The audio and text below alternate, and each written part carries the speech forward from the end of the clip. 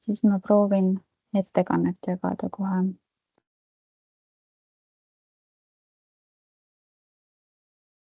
Kas hetkel on ettekannet näha ja kuulda mind hästi? On näha. Ja ettekanne on näha ja on hästi kuulda ka. Nii, aga minu nimi on Liis Raska. Regionaal- ja Põllumajandusministeeriumis tegelen geograafiliste tähistega. Ja kuna selles valdkonnas toimus hiljuti reform ja siis kohaldusid mitmed uued nõuded sellel aastal, siis selle kohtumise eesmärk ongi jagada natukene täiendavat infot selle kohta, et mis muudatused toimusid, millised need uued nõuded on ja kuidas need siis praktikas toimima võiksid hakata. Ma alustan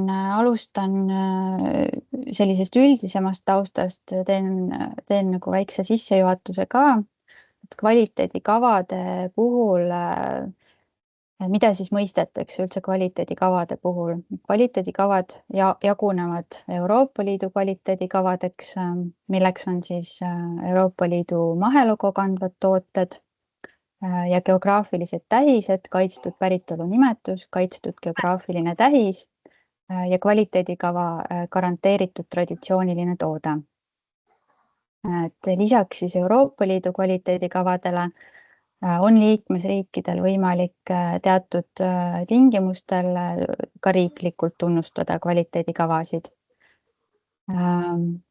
Tegemist on siis eriomadustega toodetega, millel on mille tootmisel on mingid kindlad nõuded. Et hetkel Eestis on tunnustatud 2 kvaliteedikava riiklikult, rohumaveise liha tootmine ja kvaliteedikava biosfääri programmiala rohumaveis ja lammas.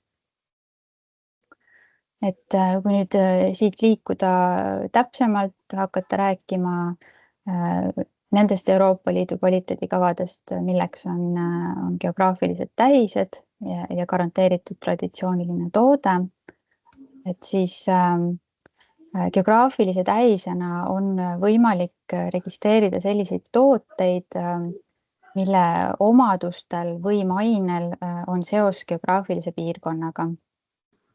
Ja garanteeritud traditsioonilise toote märgise puhul seda seost piirkonnaga olema ei pea, aga samas on võimalik viidata, et näiteks see toode on valmistatud mingi konkreetse riigi traditsiooni kohaselt.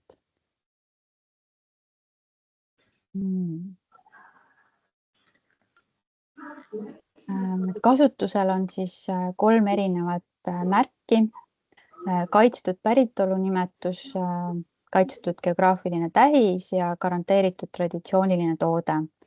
Et kaitstud päritolu nimetuse kvaliteedimärgiga toote puhul pärineb tooraine kindlast geograafilisest piirkonnast ja ka kogu siis tootmine, töötlemine, müügiks ettevalmistamine peab toimuma seal piirkonnas. Et siin on näha ka mingid tuntumad näidised toote nimetustest, mis on kaitstud, näiteks Prosecco, Champagne, Gorgonzola. Kaitstud geograafilise tähise puhul peab siis üks tootmisetapp toimuma geograafilises piirkonnas ja tooraine ei pea pärinema sellest piirkonnast. Ja siis selle märgi puhul võib seos piirkonnaga põhineda ka mainel. Näidetena saab siin tuua meie Estonian vodka, sõir, tuntumatest näiteks Scotch whisky, konjak, Calvados. Ja siis 3. märgiseks on garanteeritud traditsiooniline toode, mille puhul siis on tegemist traditsioonilise tootmisviisi või koostisega tootega. Ja siis see juba nagu mainitud selle märgise puhul siis nimetuse kaitse ei ole seotud konkreetse geograafilise piirkonnaga.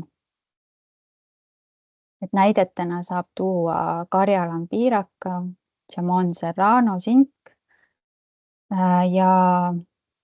Ja siin on välja toodud, et kui nimetus mozzarella oli enne selliselt registreeritud, et see nimetus reserveeritud ei olnud, kuna see on üldnimetus või üldmõiste, siis alates 2022 aastast on garanteeritud traditsioonilise tootena kaitstud nimetus mozzarella traditsionale ja siis selle nimetuse osaks olev üldmõiste mozzarella ei ole kaitstud. Seda võib siis nagu kasutada ka toodete puhul, mis ei vasta sellele toote spetsifikaadile. Eestil on hetkel 2 kaitstud geograafilise tähise alusel registreeritud nimetust. Estonian vodka, mille registreerimisprotsess lõppes 2019. aastal ja sõir, mille puhul siis registreerimise otsus jõustus 2021. aasta suvel. Et nüüd, kui liikuda natukene edasi ja veel anda natukene tausta, rääkida selle kohta, et milline on selle nimetuse kaitse, mis siis majanduslik kasu selle taga on. Et esiteks, et ma siin järgnevalt räägin ka natukene täpsemalt reformist ja sellest protsessist, aga siin ma kaitse osas juba tõingi uue Euroopa Liidu määruse sätted välja, kuna need on juba kohaldunud selle aasta maikuus. Ja siin on siis eraldi artikkel, mis sätestab geograafiliste tähiste ehk siis just selle nimetuse kaitse, et need siis kaitstakse otsese või kaudse kaubanduslikul eesmärgil kasutamise eest, et kui siis seda nimetust kasutatakse registreerimisega hõlmamata toote puhul, et kui tegemist on võrreldava tootega, esiteks selle sätte siis esimene pool sätestab võrreldava tootega seotud kaitse. Et kui näiteks nimetus on kaitstud juustule ja seda nimetust kasutatakse juustu puhul, et siis loetakse, et see on nagu võrreldaval tootel kasutamine, siis see säte läheb siin edasi ja sätestab, et või kui geograafilise tähise kasutamisega toote või teenuse puhul kasutatakse ära, nõrgestatakse või kahjustatakse nimetuse mainet.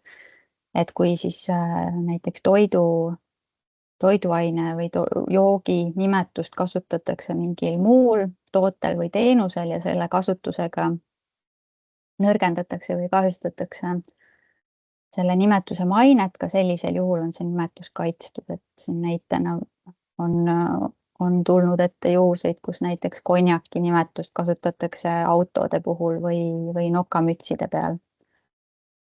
Ja siis lisaks on siis see nimetus kaitstud ka juhul, kui neid tooteid kasutatakse koostisosana.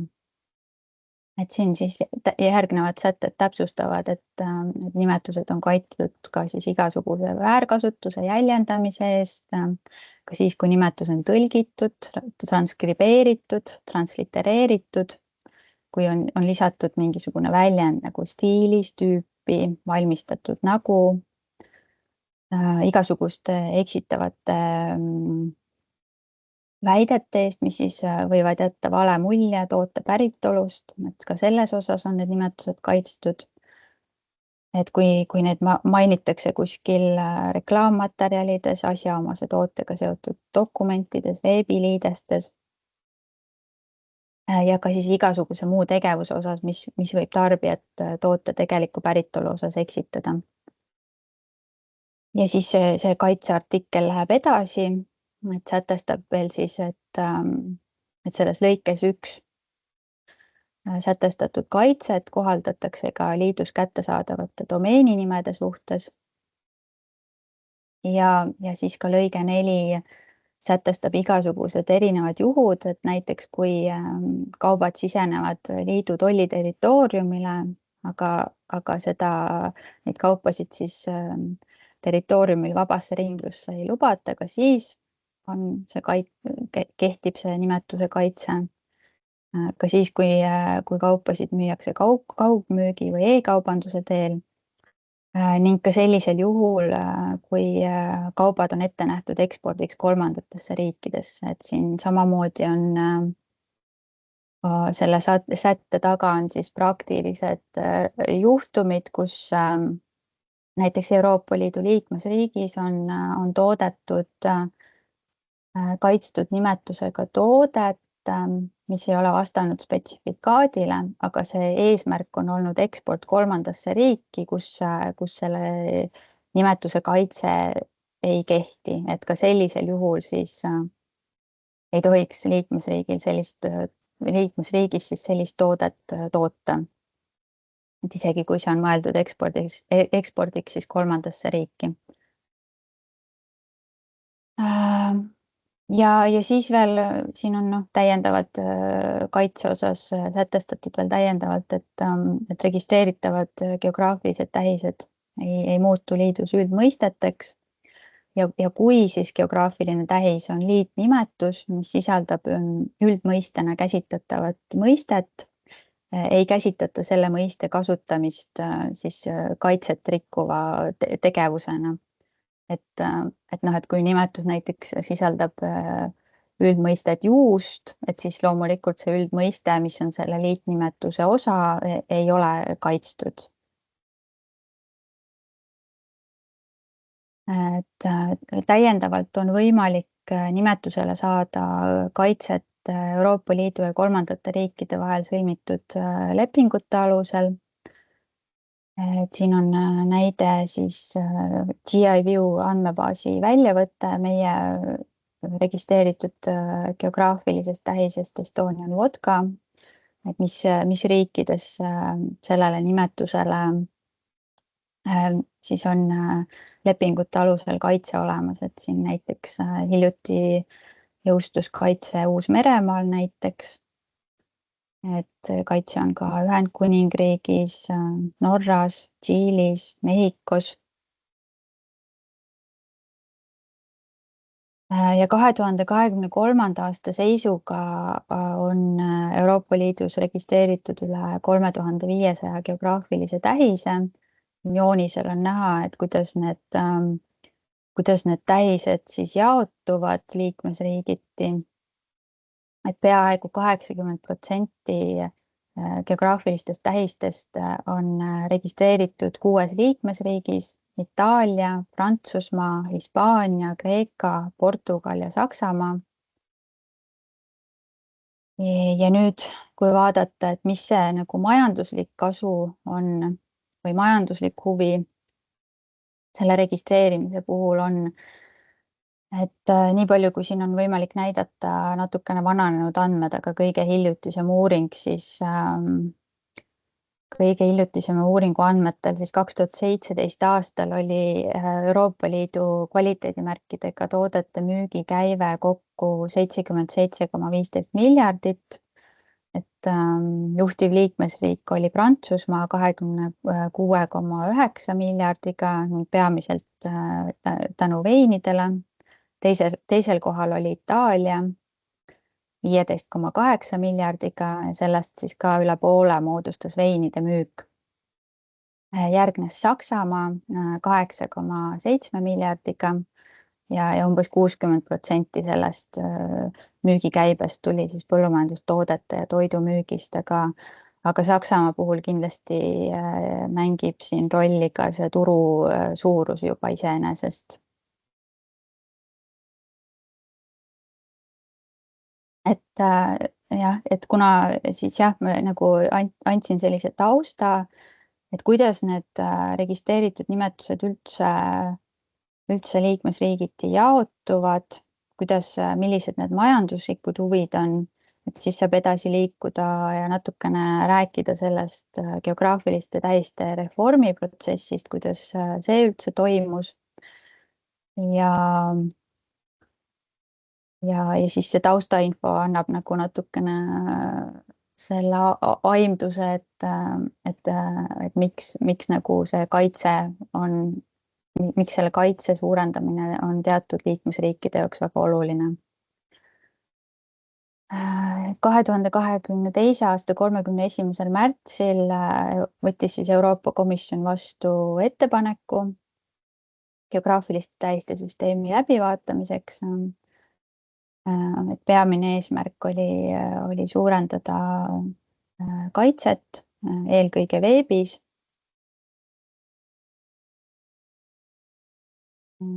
Jah, et siis kogu see läbirääkimiste protsess algaski Euroopa Komisjoni ettepaneku avaldamisega. Protsessi ajaraam nägi välja selline, et 2019 kuni 2021 siis juba toimus selle süsteemi läbivaatamine. Märtsis 2022 võeti vastu määruse ettepanek ja algasid ettepaneku arutelud tehnilisel ja poliitilisel tasandil. Ja lõpuks poliitiline kokkulepe saavutati 24. oktoobril 2023, pärast mida siis see määrus veel läks jurist-lingvistide kätte ülevaatamisele ja tõlgetesse ja määrus kohaldus 2024 aasta maikuus. Et suhteliselt kiiresti tegelikult kohaldus pärast seda, kui see poliitiline kokkulepe oli saavutatud, et siin ka sooviti selle kohaldumise edasilükkumist, aga jah, selle osas oli ikkagi poliitiline surve, et see võiks kohalduda võimalikult kiiresti. Ja nagu siin sellest pressiteatest näha on, et siis need läbirääkimised olid ka kohati eriti lõpupoole natukene pingelised, et Euroopa Parlament survestas siin oma poliitiliste huvidega lõpus. Et üks peamisi huvisid, mis neil ka oli see, et reguleerida täpsemalt geograafiliste tähiste siis nimetuse kasutamine töödeldud toodete puhul nende müügipakendis, et kui siis neid geograafilisi tähiseid kasutatakse koostisosana.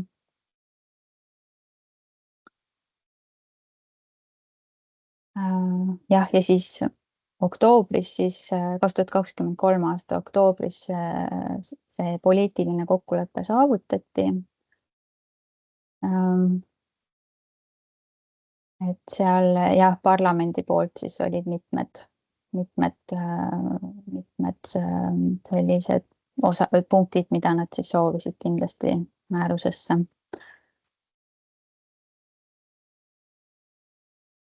Aga nüüd, kui siis täpsemalt rääkida nendest õiguslikest alustest ja üldse registreerimisprotsessist, et õigusaktid, kui välja tuua, ongi see 2024 aastal kohaldunud Euroopa Liidu tasandi määrus, mille puhul siis ühtlustati siis registreerimisprotseduur, vastuväidete esitamise protseduur siis kõigi sektorite puhul, et kui varasemalt olid põllumajandustooted ja toit eraldi määruses, piiritusjoogid eraldi määruses ja veinid siis ka veel eraldi määruses. Ja kunagi olid ka aromatiseeritud veinid täitsa eraldi. Siis nüüd uues määruses toimus harmoniseerimine ja siis jah, põhimõtteliselt registreerimisprotseduuri ja vastuväidete esitamise ja ka kontrolli osas sätted ühtlustati erinevate sektorite vahel. Piiritusjookide määrusesse 2019/787 ja veine reguleerivasse ühise turukorralduse määrusesse 1308/2013 jäid siis alles täpsemad sätted koonddokumendi ja tootespetsifikatsiooni kohta.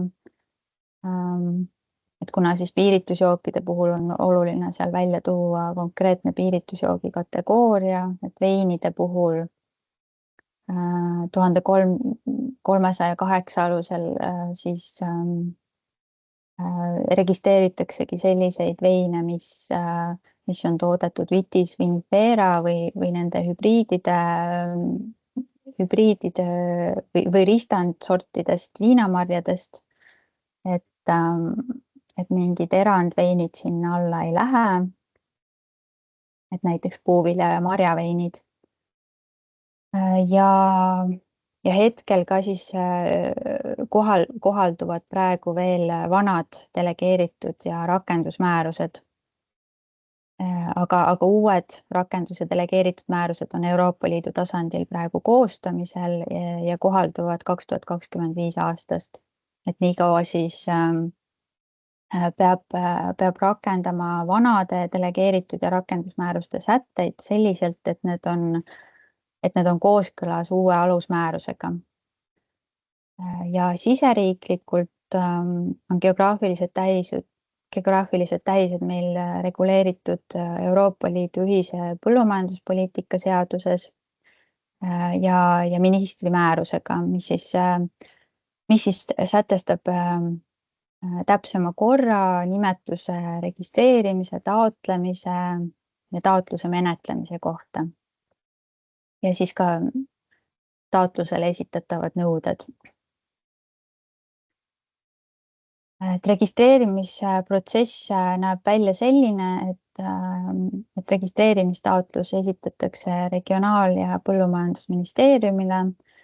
Regionaal- ja meie siis ministeerium vaatab läbi taotluse ja hindab selle nõuetekohasust. Vajadusel küsib täiendavat infot taotleja käest või palub teha muudatusi. Kui siis leitakse, et see registreerimistaotlus on nõuetekohane, siis see avaldatakse siseriiklike vastuväidete esitamiseks. Et avaldatakse siis ainult Eestis, vastuväiteid esitatakse ainult Eestis. Pärast seda, kui see taotlus ministeeriumi veebilehel avaldatakse, siis on 3 kuu jooksul võimalik esitada vastuväiteid. Et seal on kindlad nõuded, et mille alusel saab vastuväidet esitada. Ja kui siis ütleme, vastuväiteid ei esitata ja taotlus on nõuetekohane, siis see edastatakse Euroopa Komisjonile. Euroopa Komisjon omakorda vaatab taotluse läbi ja vajadusel küsib ka siis nagu täiendavat infot, palub teha muudatusi. Üldiselt enamuste taotluste puhul see olukord ongi selline, et küsitakse nagu täiendusi, et see on täiesti tavapärane.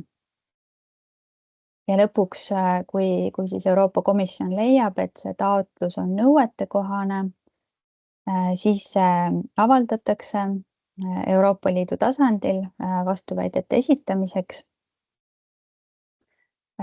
Avaldamine toimub Euroopa Liidu teatajas ja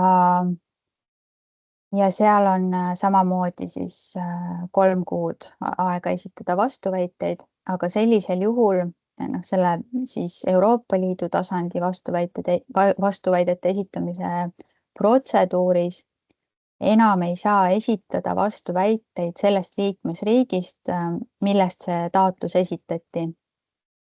Et saab esitada siis vastuväiteid ainult teistest liikmesriikidest või siis ka vastuväiteid võib esitada kolmandatest riikidest. Aga siis jah, selles protseduuris on nagu ette nähtud, et kõik vastuväited, mis selles liikmesriigis esitatakse, kus see taotlus on esitatud, et see tuleb nagu ära lahendada liikmesriigi tasandil. Ja kes siis seda taotlust esitada võib? Esiteks siis see registreeritud nimetus või see ei kuulu nagu ühelegi konkreetsele äriühingule või sellele tootjarühmale, kes taotleb, et tegemist on kollektiivse intellektuaalomandiga ja seda võib kasutada iga tootja, kes asub konkreetses geograafilises piirkonnas ja toodab registreeritud spetsifikatsioonile vastavat toodet.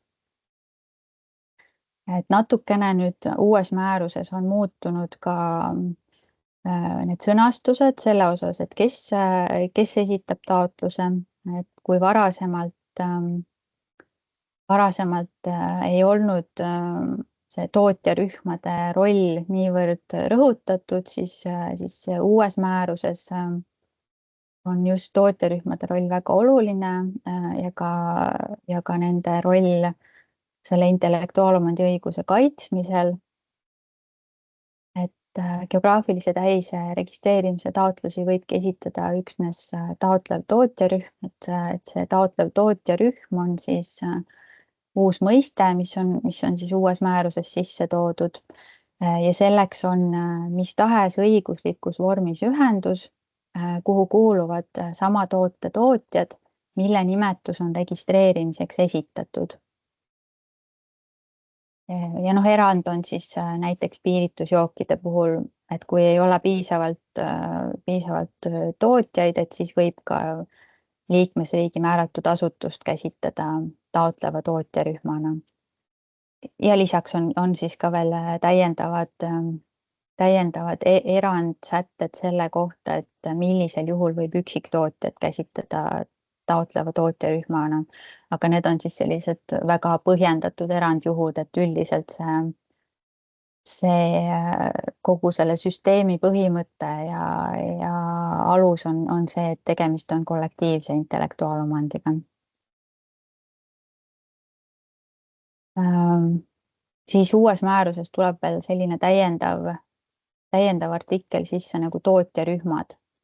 Et kui taotluse esitab taotlev tootjarühm, siis see taotlev tootjarühm saab nagu opereerida ainult selles algses etapis, et selleks hetkeks, kui geograafiline tähis registreeritakse, siis peavad taotlevad tootjarühmad vastama nendele nõuetele, mis on sätestatud Euroopa Liidu määruses tootjarühmade artiklis. Et tootjarühm siis peab täitma käesolevast määrusest tulenevaid ülesandeid, et seal on siis täpsustatud edasi, tuleb üks lõige, kus on siis loetletud erinevad ülesanded, et nendest vähemalt ühte peab ta täitma. Tootjarühm luuakse vabatahtlikult tootjate algatusel ja selle moodustavad tootjad ning selle liikmed korraldavad seda demokraatlikult, nad juhivad ja kontrollivad seda. Siis on veel siin selles artiklis 32 tootjarühmade puhul täiendavalt täpsustatud, et liikmesriigid võivad ka piirata liikmesust teatavatele tootjate kategooriatele, võttes arvesse asjaomase tootjarühmaga hõlmatud tootelaadi.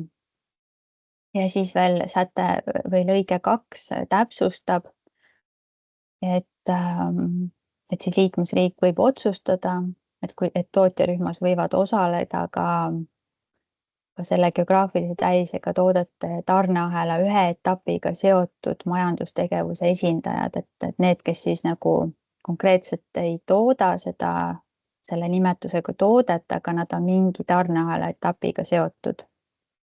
Aga siis siin on veel nagu täpsustatud, et need liikmed ei tohi juhtida tootjarühma. Ja siis edasi siis tuleb see lõige 4, kus on loetletud need ülesanded, mis olid selles eelnevas esimeses lõikes seal mainitud. Et punktiks A on siis see, et tootjarühm täidab eelkõige järgmisi ülesandeid, töötab välja tootespetsifikaadi, taotleb registreerimist, seda muudatust, tühistamist, arendab tegevusi ja sealhulgas siis toetab oma liikmeid oma kontrollisüsteemidega, et kontrollida ja tagada toote vastavust asjaomasele tootespetsifikaadile. Ja siis tulevad veel siin täiendavad ülesanded, et see punkt A on nagu selline kõige põhimõttelisem. Et kui natukene nüüd veel tuua välja vastuväite esitamise tingimused, et siin eelnevalt mainisin, et kui vastuväide esitatakse, et selleks, et see oleks vastuvõetav, peab see siis vastama teatud nõuetele. Hetkel meil ongi nii, et kui meil riigisisese vastuväite esitamise etapis esitatakse vastuväide, siis me hindame seda täpselt samadel alustel kui Euroopa Komisjon. Ehk siis esitatud vastuväide on lubatav siis, kui vastuväite esitaja tõendab, et see geograafiline tähis ei vasta geograafilise tähise määratlusele või siis Euroopa Liidu määruste nõuetele.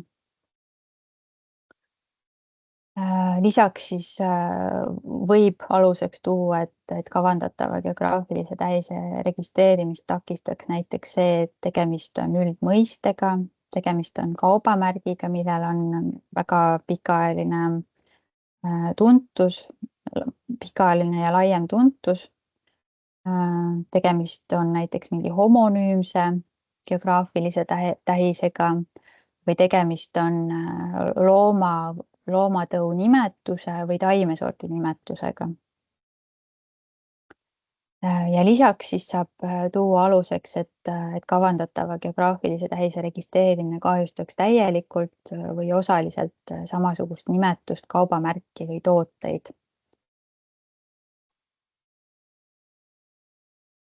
Ja kõik need eelnevad sätted, mis ma siin välja tõin, olidki geograafiliste tähiste kohta, kuna geograafilisi tähiseid registreeritakse kõige rohkem, väga vähe registreeritakse garanteeritud traditsioonilisi tooteid, mille puhul ei ole seost geograafilise piirkonnaga ja mille kaitse ulatus on ka ikkagi oluliselt nõrgem, et see nimetus et seda nimetust siis rahvusvaheliselt ei arvestata intellektuaalomandi õigusena.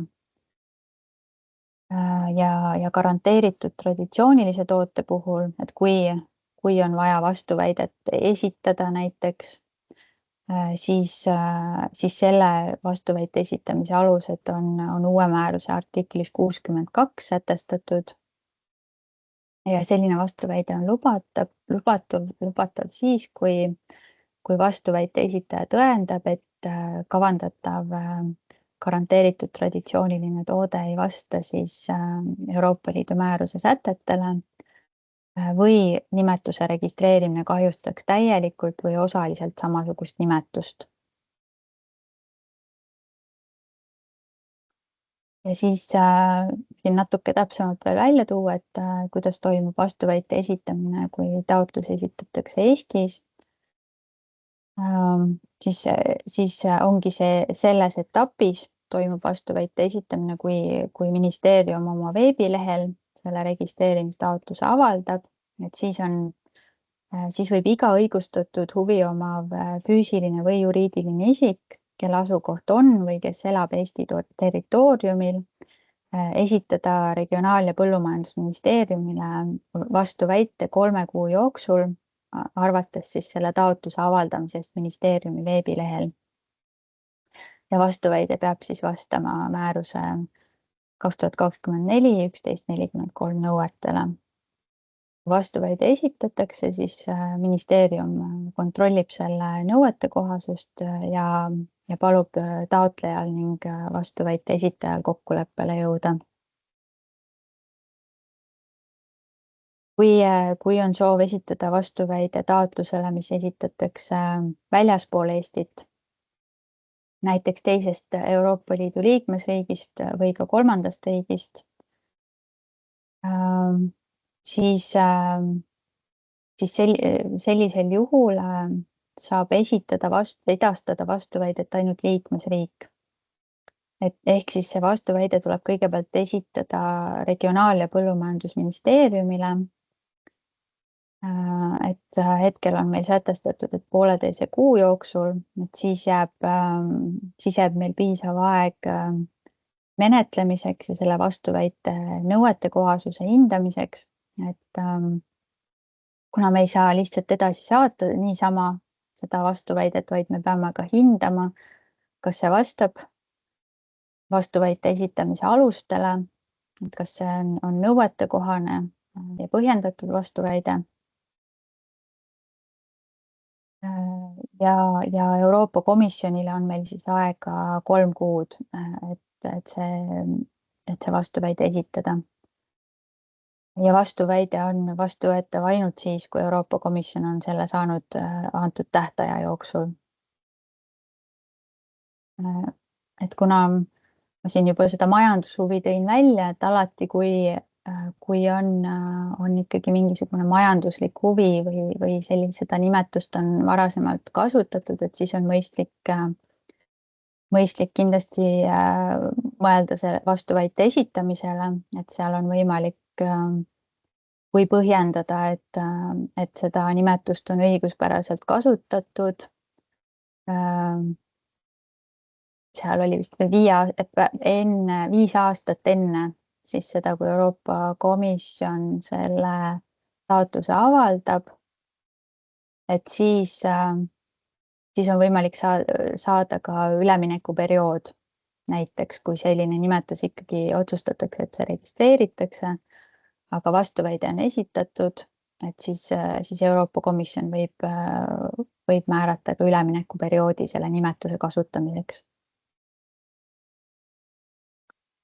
Täpsemat infot registreeritud ja registreerimise nimetuste kohta leiab siis Euroopa Liidu ametlikus juriidilises registris e-Ambrosia. E-Ambrosia registris kajastuvadki need nimetused, mis siis on selle Euroopa Liidu määruse alusel registreeritud. Need võivad olla liikmesriikide taotlused, aga seal kajastuvad ka näiteks kolmandate riikide poolt esitatud kaitstud nimetused, mille puhul siis taotlus on otse esitatud Euroopa Komisjonile. Üldiselt lepingute alusel kaitstud nimetusi siin registris ei ole, on erandeid. Näiteks Euroopa Liidul on Hiinaga leping geograafiliste tähiste vastastikuseks kaitsmiseks ja Hiina nimetused on ka leitavad e-Ambrosia registrist. Kuna siis Hiinaga lepingus on eraldi säte, nad soovisid, et need nimetused kantaks ka registrisse. Aga üldiselt, kui kaubanduslepingud on sõlmitud, siis kaubanduslepingute alusel kaitstud nimetused selles juriidilises registris ei kajastu, aga need on leitavad GIView andmebaasist.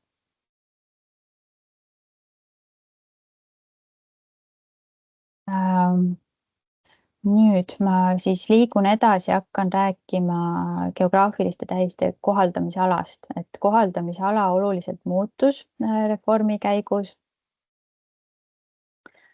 Kohaldamise ala laiendati väga palju. Kui varasemalt sai geograafilise tähisena registreerida veine, piiritusjooke, põllumajandustooteid, millena me siis mõistame Euroopa Liidu toimimise lepingu lisa 1 tooteid ja siis veel mõned grupid, mis olid määruses 1151 veel lisatud. Aga nüüd uue määruse alusel alates 2024. aasta maikuust kuuluvad kohaldamisalasse siis jätkuvalt veinid, piiritusjoogid ja on sisse toodud määrusesse täiesti uus mõiste põllumajandustooted, et see ei ole see mõiste, millena meie mõistame üldiselt või nagu millena üldiselt põllumajandustooteid mõistetakse, et üldiselt, kui me räägime põllumajandustoodetest, et siis me mõtleme, et need on Euroopa Liidu toimimise lepingu lisa 1 tooted. Aga selle määruse puhul siis mõiste hõlmab põllumajandustooteid, sealhulgas toiduaineid, kalandus- ja vesiviljelustooteid, mis on siis loetletud kombineeritud nomenklatuuri määruse esimese lisa teises osas ja täpsemalt siis peatükid 1–23. Ja täiendavalt siis on veel Euroopa Liidu määrusele koostatud eraldi lisa, esimene lisa, kus on veel lisatud täiendavad kombineeritud nomenklatuuri rubriigid, mille puhul siis on võimalik selle määruse alusel geograafilisi tähiseid registreerida. Ja siin ma veel nüüd kohaldamisala puhul mainin ära, et neid sellise kohaldamisalaga tooteid registreerib Regionaal- ja Põllumajandusministeerium, aga peatselt vist 2026 aastal kohaldub Euroopa Liidu tasandil ka käsitööndus- ja tööstustoodete geograafiliste tähiste määrus. Ja see kuulub siis Justiitsministeeriumi alla. Et kunagi tulevikus on võimalik ka hakata registreerima käsitööndus- ja tööstustoodete nimetusi geograafilise tähisena. Kui nüüd veel vaadata täpsemalt, et mis siia kohaldamisalasse kuuluvad, siis ikkagi väga oluliselt see laienes, et kaubagrupid 1–23 hakkavad siis peale elusloomadest, et siin on siis ka veel täiendavalt läheb edasi liha, söödav rups, kalad ja vähid, limused, muud veeselgrootud, piim ja piimatooted ja siis veel täiendavad loomsed tooted. Edasi tulevad taimsed tooted, eluspuud, lõikelilled, ka dekoratiivne taimmaterjal, köögivili, söödavad juured ja mugulad. Edasi läheb siis söödavad puuviljad, marjad, pähklid, kohv, tee, mate ja vürtsid, teravili, jahvatustööstuse tooted, linnased, tärklis, õliseemned ja õliviljad, erinevad terad, seemned, ravimtaimed, kummivaikud, vaigud, taimemahlad ja ekstraktid, taimne punumismaterjal ja igasugused ka mujal nimetamata taimsed tooted, erinevad siis rasvad ja õlid, vahad, tooted lihast, kalast, vähkidest, molluskitest või muudest veeselgrootutest või putukatest, suhkur ja suhkrukondiitritooted, kakao ja kakaotooted, tooted teraviljast, jahust, tärklisest või piimast, valikpagaritooted, tooted köögi- ja puuviljadest, marjadest, pähklitest, mitmesugused muud toiduvalmistised, siis joogid, alkohol, äädikas ja ka toiduainetööstuse jäägid ja erinevad jäätmed, mis siis on nagu selle kestlike toidusüsteemide seisukohalt ilmselt kindlasti oluline, et ka selliseid tooteid on võimalik registreerida geograafilise tähisena. Ja isegi ka loomasöödad lähevad siia alla, et lõpeb siis grupiga 23 ja tubakas 24 on siis väljas.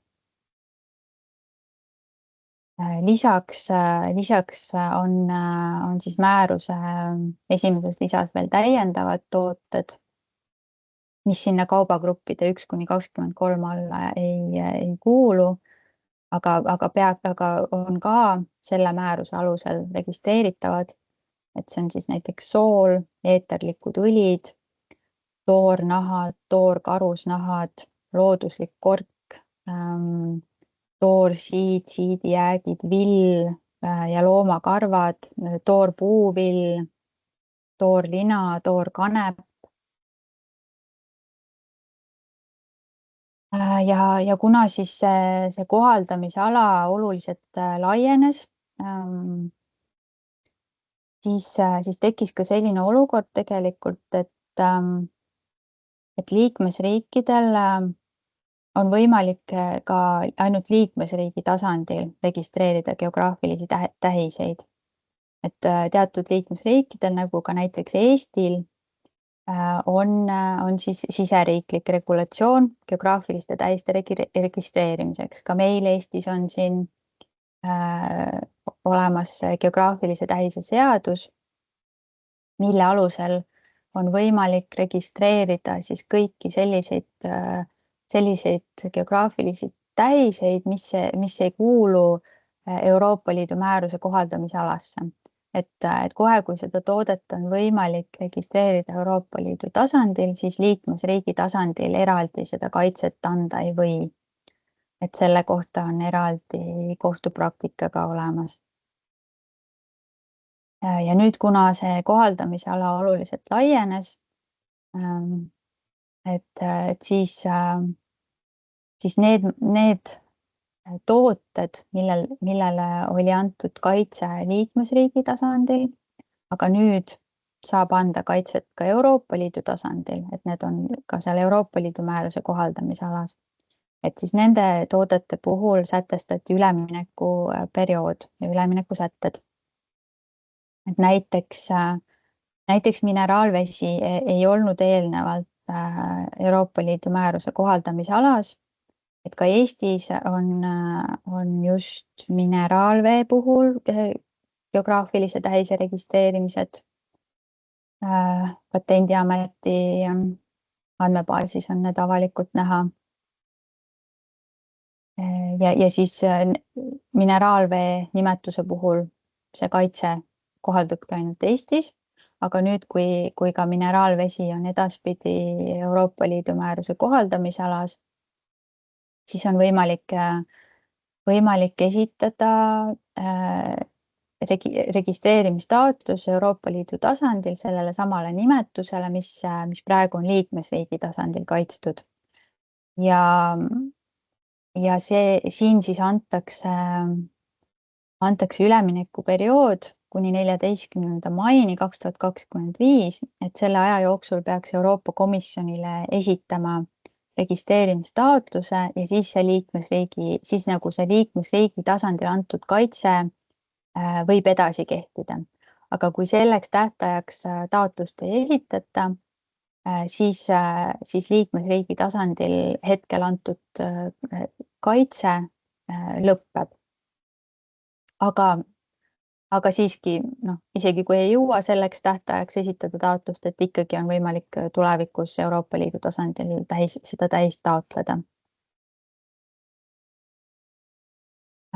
Ja nüüd veel nii palju, et kuna see kohaldamise ala nüüd hästi palju laienes, on võimalik hästi erinevatesse tootegruppidesse kuuluvatele toodetele geograafilise tähise taotlust esitada. Et siis saab veel välja tuua, et et selle nimetuse kaubanduslik kasutus võib olla ka täitsa hiljutine. Et see et peamine on nagu tõestada ära seos geograafilise piirkonnaga, aga seal ei pea olema mingisugust pikka traditsiooni taga või see ei ole üldse määruses sätestatud, et mingisugune periood peaks olema selle nimetuse kaubanduslikuks kasutuseks, et seda nimetust saaks registreerida. Et siin näitena saab tuua, et 2023 aastal registreeriti Prantsusmaa nimetused, mille puhul siis tõestati ära, et alates 2015 aastast on nende nimetuste osas tehtud mitmesugust kommunikatsiooni ja turundustegevust.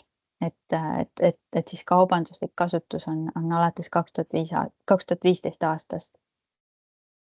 Et lihtsalt nagu näitena, et kui on soovi esitada geograafilise tähise taotlus, et siis ei pea olema see mingisugune pika traditsiooniga nimetus tegelikult. Siis ma natukene räägin veel täiendavalt järelevalvest. Et kontrolli osas üks oluline säte, mis siin siis kohaldub 2025 aastal, on uue määruse artikli 39 lõige 1. Et see siis sätestab, et iga ettevõtja, kes soovib osaleda mis tahes tegevuses, mille suhtes kehtib geograafilise tähisega toote spetsifikaat, peab siis teatama pädevale asutusele, et ta seda soovib. Eestis on selleks pädevaks asutuseks Põllumajandus- ja Toiduamet. Ja enne siis toote turule laskmist tulebki teostada toote spetsifikaadile vastavuse kontroll. Et Eestis teostab seda Põllumajandus- ja Toiduamet. Ja hetkel Eestis on ka see teavitamise kohustus on sätestatud Euroopa Liidu ühise põllumajanduspoliitika seaduses. See on sätestatud põllumajandustoodete ja toidu puhul seal ja piiritusjookide puhul tuleneb see kohustus praegu Euroopa Liidu tasandi rakendusmäärusest, aga 2025 aastast tunnistatakse see rakendusmäärus kehtetuks ja siis kohaldubki selle uue määruse artikkel 39 lõige 1.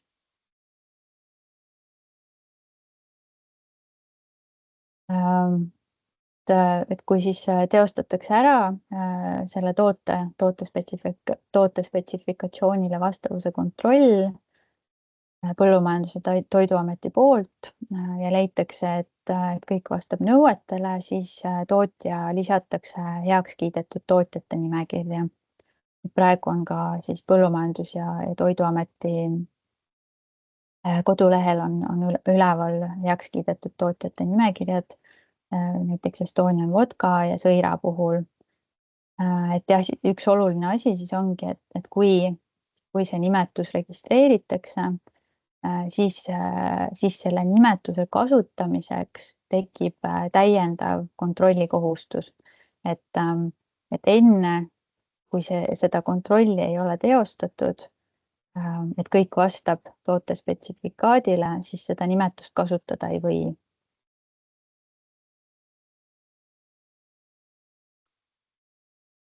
Siis on veel täiendavalt sätestatud kontroll Euroopa Liidu määruses, et üldse geograafiliste tähiste turul kasutamise ja jõustamise osas, et see on siis mitte ainult siis need nimetused, mis on Eesti poolt registreeritud ja mida soovitakse näiteks Eestis tootma hakata konkreetses geograafilises piirkonnas, vaid see siis puudutab kõiki registreeritud nimetusi, mille osas siis liikmesriigid peavad ka määrama pädeva asutuse, kes vastutab geograafilise tähise kasutamise, kontrollimise ja jõustamise eest.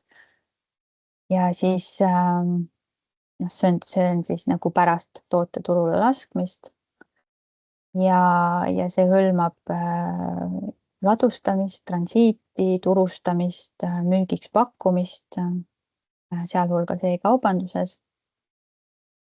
Ja siin samamoodi selleks asutuseks Eestis on Põllumajandus- ja Toiduamet.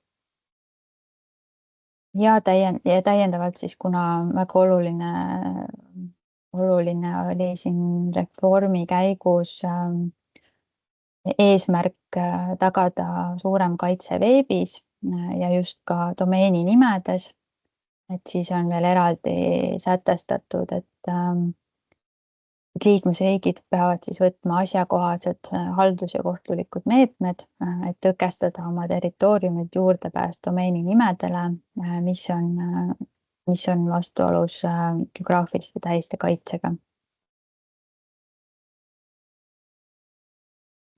Ja siis jah, et nagu ma juba mainisin, Euroopa Liidu ühise põllumajanduspoliitika rakendamise seadus sätestab, et siis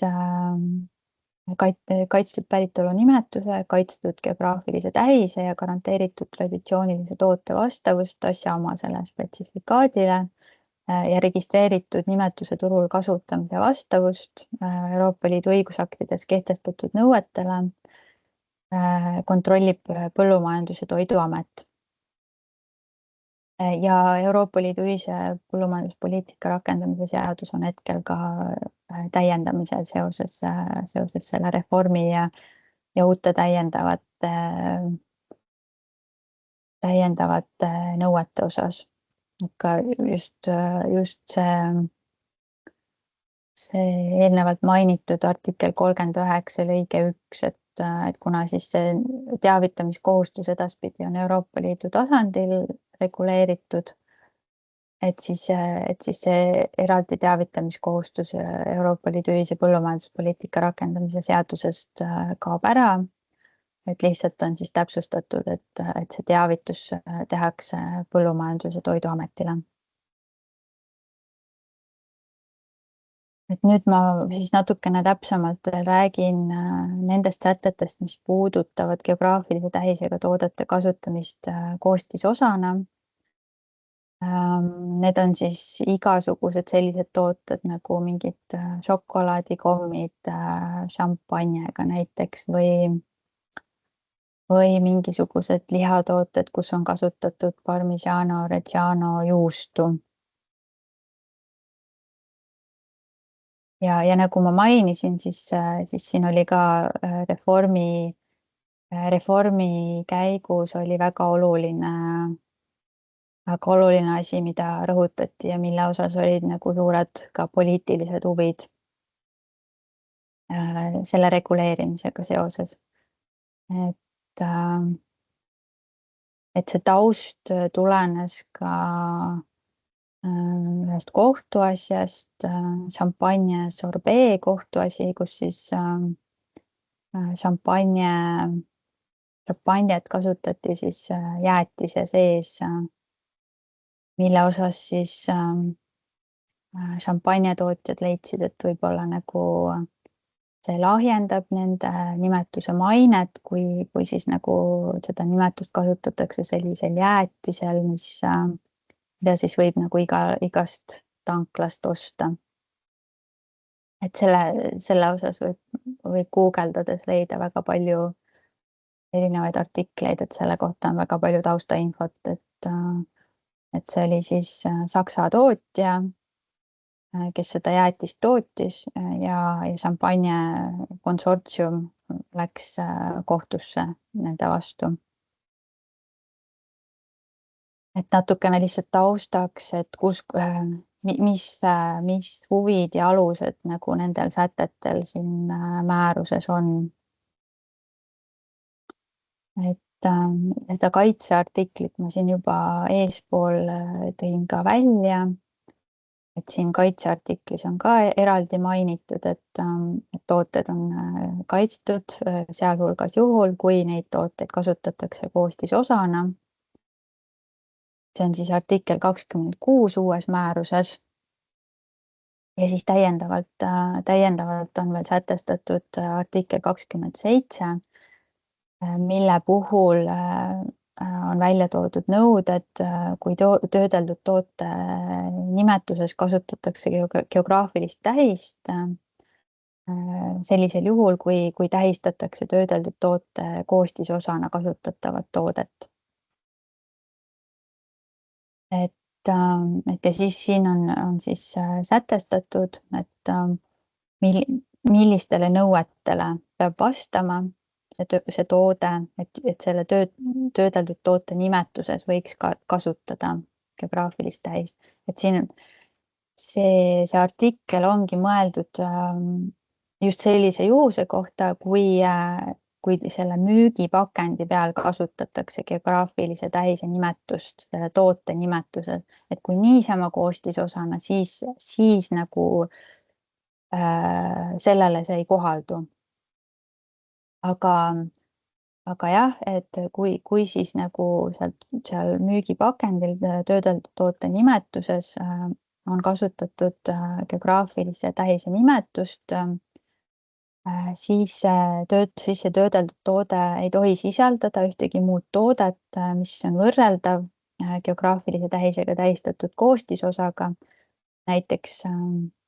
Näiteks kui on kasutatud Parmigiano Reggiano juustu, et siis mingisugust teistsuguse juustu kasutamist, seda võib siis lugeda võrreldava toote kasutamisena koostisosana.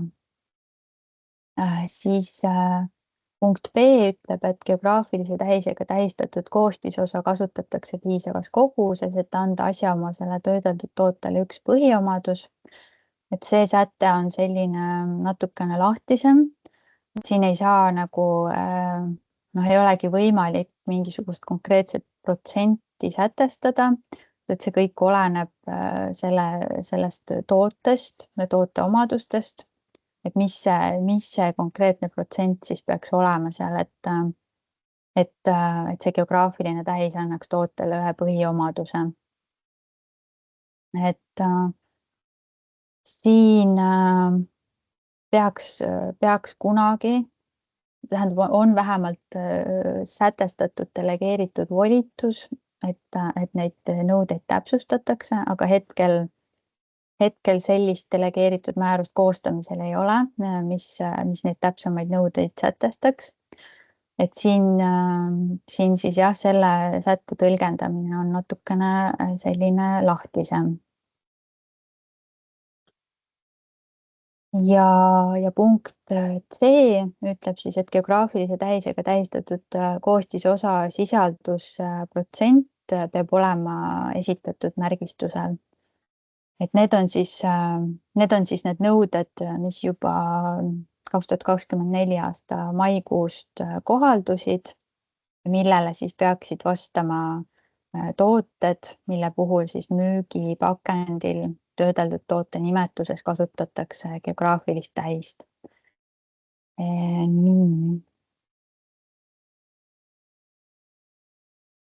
Ma korra veel toon näite, et need võivadki olla näiteks šokolaadikommid šampanjega, mingisuguse juustuga, mingisugused tooted. Et siin säte 4 ütleb, et piiritusjookide suhtes seda ei kohaldata. Aga nüüd, kui edasi vaadata, seesama artikkel 27, mis siis sätestab nõuded selle kohta, kui töödeldud toote nimetuses geograafilist tähist kasutatakse, siis on selline lõige 2 siin sätestatud, mille puhul siis, kui on olemas tunnustatud tootjarühm sellele geograafilisele tähisele.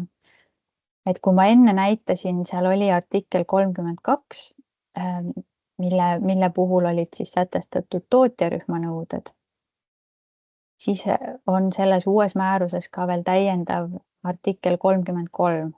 Vabatahtlikult on liikmesriikidel võimalik ka tunnustada tootjarühmasid, kellel on siis nagu täiendavad volitused hallata geograafilist tähist ja siis ka just selle kaitset. Ja tunnustatud tootjarühmad, nende kohta siis info avaldatakse. Et hetkel ongi nii, et praegu ei ole ühtegi tootjarühma tunnustatud selle uue määruse alusel. See säte või see lõige 2 on kohaldunud, aga praktikas teda kohaldada ei saa, sest tunnustatud tootjarühmasid praegu ei ole. Et tegelikult, kui nüüd ütleme näiteks Parmigiano Reggiano puhul registreeritakse ära tunnustatud tootjarühm, siis tekib kohustus, et toidutootja, kes soovib kasutada geograafilist tähist müügipakendis toidu nimetuses, sealhulgas reklaammaterjalides, peab siis saatma eelnevalt kirjaliku teate sellele tunnustatud tootjarühmale. Ja seda siis ainult juhul, kui see tunnustatud tootjarühm on kõnealuse geograafilise tähise puhul olemas. Siis jah, selle kohustuse puhul on nii, et see lõige kohaldus praktikas hakkab see rakenduma siis, kui liikmesriigid hakkavad tunnustama tootjarühmasid ja teavitavad selle info Euroopa Komisjonile, kes avaldab selle info.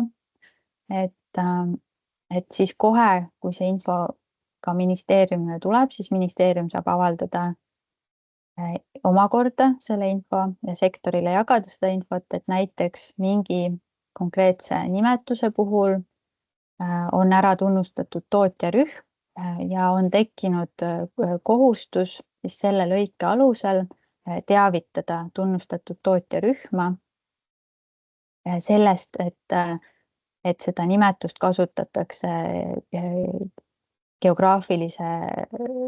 kasutatakse siis müügipakendis toidu nimetuses. Et praegu siis praktikas seda sätet ei rakendata, aga me ministeeriumi poolt jagame kohe täiendavat infot, kui midagi saabub selle osas.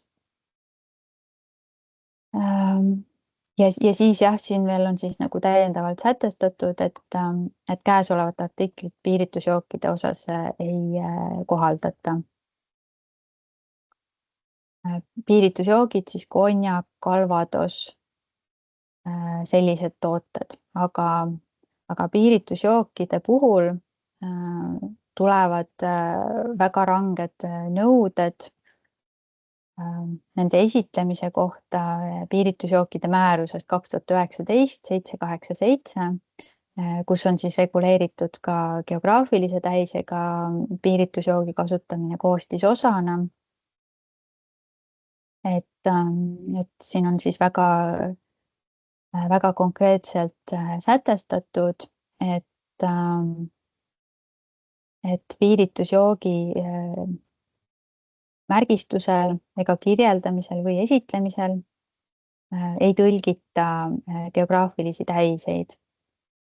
Ja seda me oleme siis ka täiendavalt täpsustanud Euroopa Komisjoniga üle, et see säte kohaldub ka siis, kui neid tooteid kasutatakse koostisosana. Et põhimõtteliselt jah, meil Eestis näiteks on ajalooliselt harjumuspärane see, et me näiteks nimetust konjak tõlgime, aga tegelikult piiritusjookide määrusest lähtuvalt, et ei tohiks nagu esitlemisel üldse neid geograafilisi tähiseid tõlkida, mis on siis näiteks konjak, mis on Prantsusmaa poolt registreeritud, nende jaoks väga oluline, nende traditsiooniline toode, mille osas meil on ka väga suur huvi kaitsta oma majandushuvi, et seda toodet siis võib toota ainult konjaki piirkonnas ja selle tootega on seotud väga suur müügikäive. Aga muidugi siin on ainult erand siis, et kui on liidus valmistatud ekspordiks mõeldud piiritusjook, et siis võib lisada tõlke, transkriptsiooni või transliteratsiooni, aga siis see originaalkeeles mõiste peab jääma nähtavaks.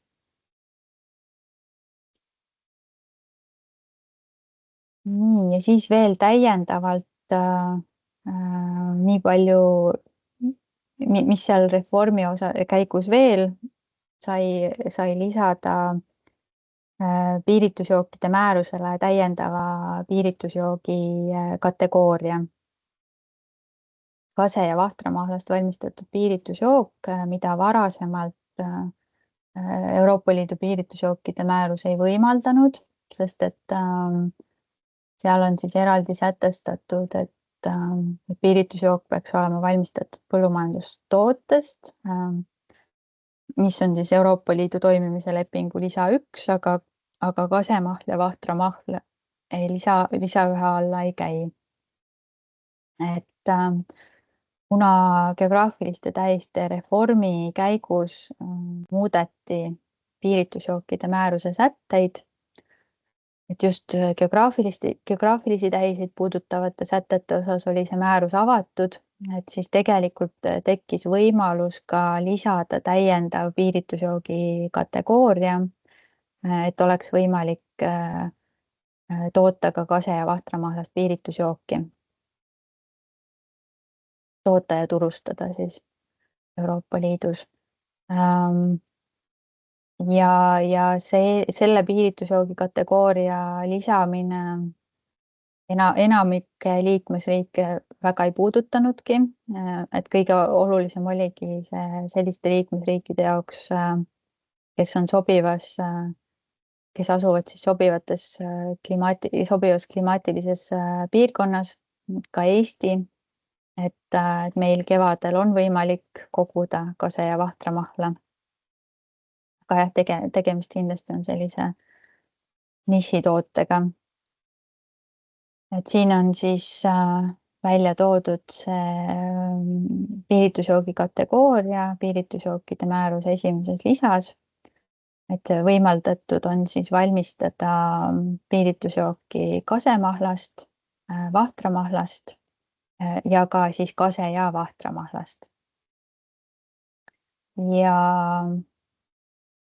Ja muidugi ka kuna geograafiliste tähiste määruse kohaldamisala laienes, siis edaspidi on võimalik ka geograafilist tähist registreerida siis kas kasemahla, vahtramahla või ka siis piiritusjoogi puhul, mis on valmistatud kase- või vahramahlast või siis neist mõlemast koos.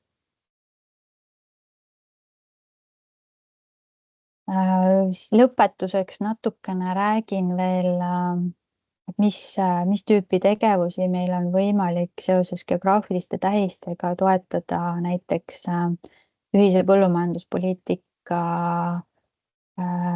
strateegiakava alusel uuel perioodil. Et eraldi toetusmeede on liidu ja riiklike kvaliteedikavade raames toodetud toodete müügiedendustegevuste toetamine. Et siin toetatavad tegevused on näiteks teavituskampaania korraldamine, messi korraldamine või messil osalemise korraldamine, turundusüritused, turu-uuringute tegemine, messi külastamine, projekti juhtimine. Ja siis toetuse suurus on kuni 150 000 eurot projekti kohta ja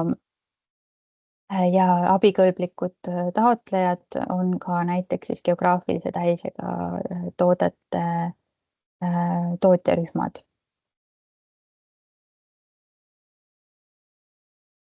Ja jah, võib-olla nii tootjarühmad kui ka tegelikult tähendab, see peaks olema koostöös tehtud projekt, aga miinimumnõue, et vähemalt 2 osapoolt peab osalema siis seal. Täiendavalt on võimalik ka veel teavitus- ja müügiedendustegevuste jaoks toetust taotleda Euroopa Liidu teavitus- ja müügiedendusmeetmest. Et kui siin välja tuua 2025 aasta tööprogrammi kavand, mis veel ei ole kinnitatud, et hetkel on selles kavandis selline eelarve kavandatud teemade lõikes, et siin siseturul EU 6S teema, Euroopa Liidu kvaliteedikavad, kuna see on nagu väga populaarne teema, siis isegi järgmisel aastal eelarvet plaanitakse suurendada. Ja lisaks siis on ka kolmandatesse riikidesse võimalik samamoodi geograafilistele tähistele teha teavitus- ja müügiedendustegevusi. Et siin on need teemad nagu jaotunud siis erinevate piirkondade kaupa või siis ka ükskõik millisesse kolmandasse riiki on võimalik teha müügiedendustegevusi. Et hetkel küll promomeetme, Euroopa Liidu promomeetme või nimetame siis Euroopa Liidu teavitus- ja müügiedendusmeedet teise sõnaga Euroopa Liidu promomeede, et hetkel selle eelarvet küll vähendati. Eelarve on ette nähtud ainult lihtprogrammideks, et kuna liidu eelarve vaadati üle, tuli teha vähendamisi, et hetkel kavandis on ette nähtud siis eelarve ainult lihtprogrammideks praegu. Ja müügiedendustegevused, mida sealt siis saab teha, näiteks siis visuaalsete reklaammaterjalide puhul, need peavad kindlasti olema kaubamärgi neutraalsed. Geograafilise tähise puhul võib mainida geograafilist piirkonda, et muudel juhtudel seda eraldi nagu esmase sõnumina esile ei või tõsta. Aga näiteks messidel osalemise puhul või kui nagu messil tooted välja panna, siis on loomulikult lubatud nagu müügipakendis tooteid näidata ja seal on ka teatud tingimustel võimalik kaubamärke näidata. Et selle kohta on küll sätestatud väga konkreetsed nõuded, aga siis on võimalik ka kaubamärke seal näidata. Ja siis kokkuvõtteks veel nii palju, et geograafilise tähise taotlustega tegeleb Regionaal- ja Põllumajandusministeerium. Kui on soovi alustada geograafilise tähisega toote tootmisega, siis saab pöörduda Põllumajandus- ja Toiduameti poole, kelle ülesandeks on siis teostada see esmane kontroll enne toote turule viimist. Ja kui on plaan hakata kasutama geograafilise tähisega toodet koostisosana, siis on samuti mõistlik konsulteerida Põllumajandus- ja Toiduametiga. Aga minu poolt siis hetkel kõik, kui siin nüüd on veel tekkinud küsimusi, et siis võimegi teha täiendava arutelu.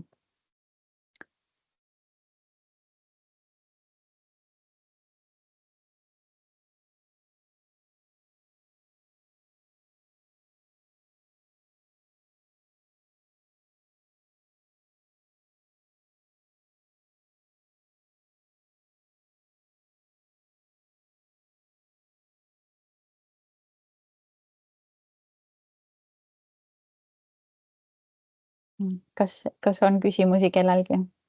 Me ilmselt, kuna see määrus alles hiljuti kohaldus, et ka Euroopa Komisjoniga me siin täpsustame kogu aeg neid sätteid, et kuidas praktikas see rakendamine peaks toimuma. Et ka Euroopa Komisjon siin paneb mingeid täiendavaid juhendmaterjale alles ülesse ja kokku. Et kohe, kui mingit infot veel tuleb juurde, siis me ministeeriumi poolt saame seda jagada. Aga võib-olla jah, et kui kellelgi on praegu mingisuguseid küsimusi tekkinud. Julgustame ettevõtjaid kindlasti praegu küsimusi küsima, et hea võimalus on praegu otse suhelda. Kuna tegelikult Eesti ettevõtjad kasutavad päris mitmed geograafilisi tähiseid oma toodetes, et siis praegu oleks hea võimalus.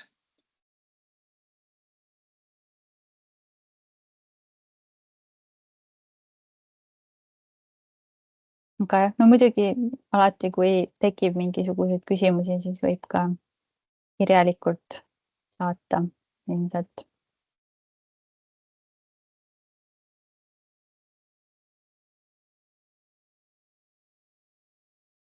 Ja lisaks üks praktika, mida me oleme siin viimased aasta aega juba ellu rakendanud, on siis see, et oleme esindusorganisatsioonide kaudu saatnud teatud intervalli tagant siis ettevõtjatele infot nende geograafiliste tähistaotluste kohta, mis registreerimisele tulevad just nimelt selleks, et oleks võimalik silma peal hoida ja et kui on soov nagu esitada vastuväiteid, et siis seda kõike saab teha. ja just nagu see vastuväidete esitamine on oluline, et kui soovitakse registreerida mingisugune nimetus, mille osas siis just Eesti ettevõtjatel on näiteks majanduslik huvi või seda nimetust on kasutatud, et siis kindlasti saab ka ministeeriumi poolt sellist nagu abi küsida või küsimusi küsida, et kuidas seda vastuväidet siis, mis sätted täpselt näiteks reguleerivad seda. Et neid nimetusi tegelikult kaitstakse nii selle määruse alusel, mida ma praegu selgitasin, aga täiendavalt siis ka näiteks veel ka Lissaboni süsteemis Genfi akti alusel, mille osas siis tegelikult saaks ettevõte ka otse esitada Euroopa Komisjonile vastuväite. Ja vastuväite esitamine just on oluline ka, et kui on vaja üleminekuperioodi sätestada. Üks käsi. Steffi, kas sa soovid küsida? Jah, ma mõtlesin, ma loodan, et mind on kuulda. Ja.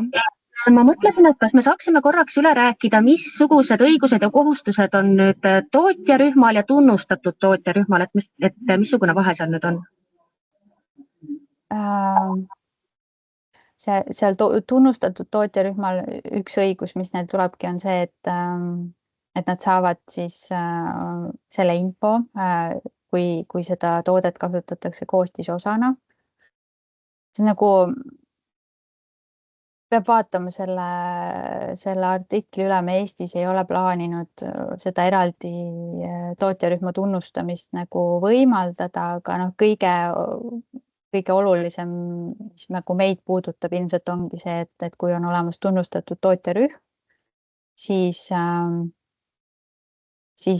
tekibki see kohustus, et neid peab teavitama näiteks, kui seda toodet kasutatakse koostisosana.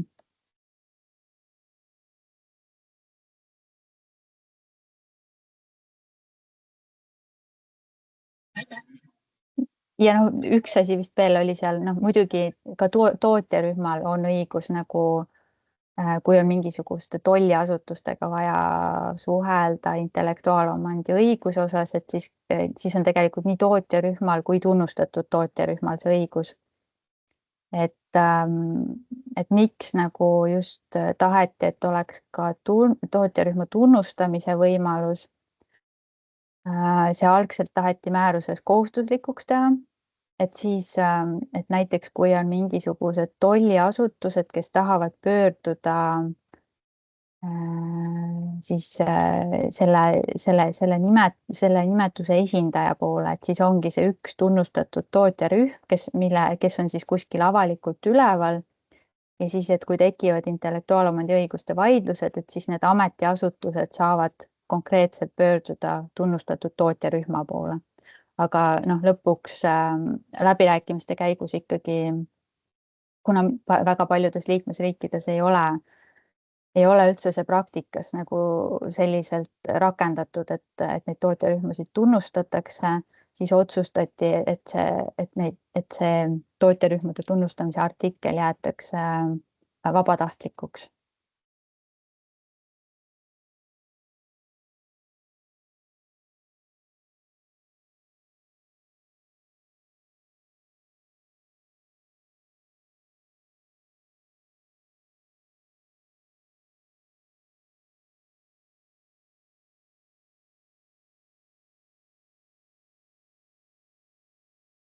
Aga kui rohkem küsimusi praegu ei ole, siis ma arvan, et ilmselt meil tuleb veel ka täiendav blogipostitus nende nõuete osas, et saab veel lugeda. Ja siis jooksvalt jagame infot ka. Aga siis praegu suur tänu kõigile osalemast. Ja siis võib pöörduda, kui tekib mingisuguseid küsimusi. Kena päeva!